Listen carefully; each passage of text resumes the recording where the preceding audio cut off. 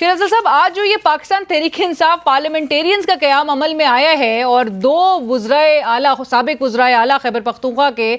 وہ لیڈ کر رہے ہیں اس جماعت کو پرویز خٹک صاحب کی سربراہی میں، آپ نے آلریڈی کہا تھا کہ بڑے کچھ سازشیں ہو رہی ہیں، بڑا خطرناک کھیل کا آغاز ہو گیا ہے پی ٹی آئی کو توڑ پھوڑ کا شکار کرنے کے لیے، سو آپ کو کیا لگتا ہے یہ ایک بڑا ڈینٹ کنسیڈر کر رہی ہے پاکستان تحریک انصاف؟ کیونکہ کافی نام ان کے ساتھ جوڑ رہے ہیں، کافی لوگوں کا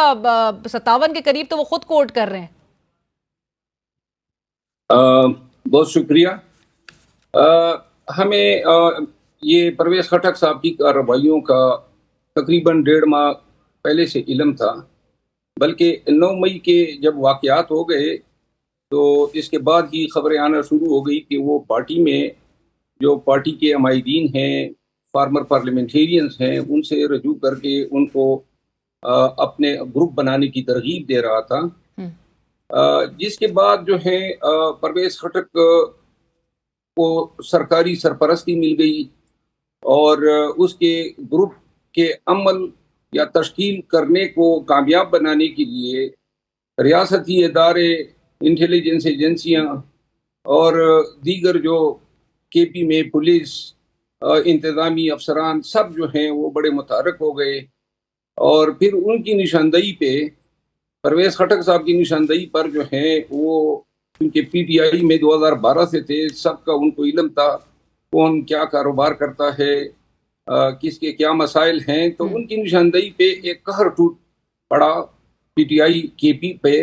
اور یکے بعد دیگرے جو ہیں پی ٹی آئی کی قیادت جو ہیں گرفتار ہونے لگی، ان کے کاروبار بند کیے جانے لگے، اور آج بھی آپ کو علم ہوا ہوگا کہ 2 ایم پی ایس کو جو ہیں جیل سے لایا گیا، جبکہ ایک ایم پی اے کو جو فیصل خان ہیں ہنگو سے، ان کو ہائی کورٹ کے سامنے سے گرفتار کر کے سیدھا پریس کانفرنس لے جایا گیا۔ بعد میں جو ہے پتہ چلا کہ تقریباً 10 کے لگ بھگ جو پارلیمنٹیرینز ہیں پی ٹی آئی کے سابقہ، ان کے نام دیے گئے تھے، اور انہوں نے پھر ویڈیو میسیجز کر کے پرویز خٹک کی اس برتھ ڈے پارٹی سے تعلقی کا اعلان کر دیا۔ تو پرویز خٹک صاحب جو ہیں اور محمود خان صاحب، یہ دونوں کردار ایسے ہیں کہ پاکستان میں وزیر اعظم کے بعد سب سے اہم جو عہدہ ہوتا ہے وہ وزیر اعلیٰ کا ہوتا ہے۔ پرویز خٹک 2013 میں اسد قیصر سے پارٹی الیکشن میں شکست کھانے کے باوجود 1 سال ان کو ہوا تھا آئے ہوئے، لیکن خان صاحب نے اس پہ احسان کرتے ہوئے اس کو وزیر اعلیٰ مقرر کیا، اور اسی طرح محمود خان 2011 میں جو ہیں پی ٹی آئی انہوں نے جوائن کی، اور 7 سال کے عرصے میں وہ وزیر اعلیٰ کے منصب پہ فائز ہو گئے۔ ہمارے رواج اور ہمارے پشتونوں کا یہ قاعدہ ہے کہ ہم کبھی اپنے محسن کو ڈستے نہیں ہیں، یہ لیسٹ ایکسپیکٹیشن ہوتی ہے کسی پشتون سے، کیونکہ ہمارے رواج، قاعدے، اصول، یہ ان پہ ہم ہمیشہ سے فخر کرتے آئے ہیں کہ جی ہم اپنے ساتھی کا آڑے وقت میں جو ہے ساتھ نہیں چھوڑتے ہیں، اور اپنے محسن کا جو ہے اس کا احسان کا بدلہ احسان سے دیتے ہیں۔ بالکل ٹھیک ہے، لیکن آج جو کچھ خیبر پختونخوا کے پشتونوں نے دیکھا ہے یا خیبر پختونخوا کے عوام نے دیکھا ہے،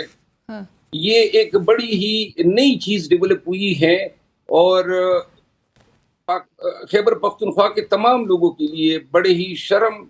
اور بڑے ہی دکھ کا مقام ہے۔ رائٹ، بٹ شیر افضل صاحب، یہ ایک 9 مئی کے واقعات کے بعد یہ ایک سلسلہ نظر آ رہا ہے، جو محب وطن سیاستدان اور جو محب وطن اپنے آپ کو کہہ رہے ہیں رہنما پاکستان تحریک انصاف کے، وہ نہ صرف رائے جدا کر رہے تھے، لیکن آپ نے پہلے دیکھا استحکام پاکستان پارٹی کا قیام جو ہے وہ عمل میں آئے، اور اب پرویز خٹک صاحب یہ جماعت اپنی لے کر آ گئے۔ آپ کو کیا لگتا ہے پرویز خٹک صاحب کی پوزیشن خود کی ہوگی کیا؟ ایک نئی پارٹی انہوں نے پیرل پاکستان تحریک انصاف کے کھڑی کر دی ہے، کیا وہ جیت سکیں گے؟ دیکھیں، پرویز خٹک صاحب کی تو میرا خیال ہے کہ اتنی سیاسی اوقات نہیں ہے کہ وہ کوئی پارٹی بنائیں۔ یہ پارٹی جو ہے وہ پورے پاکستان کے لوگوں کو نظر آ رہا ہے کہ پی ٹی آئی کے لوگوں پہ کون سی ایسی کربلا ٹوٹ پڑی ہے کہ وہ اچانک جو ہیں اپنی پارٹی جو ہے وہ چھوڑ کے ایسے لوگوں کو جوائن کر رہے ہیں جن کا کوئی سیاسی مستقبل نہیں ہے، جن کا کوئی منشور نہیں ہے، جن کا کوئی سیاسی قد و کاٹ نہیں ہے۔ ایک طرف سے جہانگیر ترین صاحب کی تحریک استحکام پارٹی، اس کا عشر بھی دیکھ لیا کہ ایک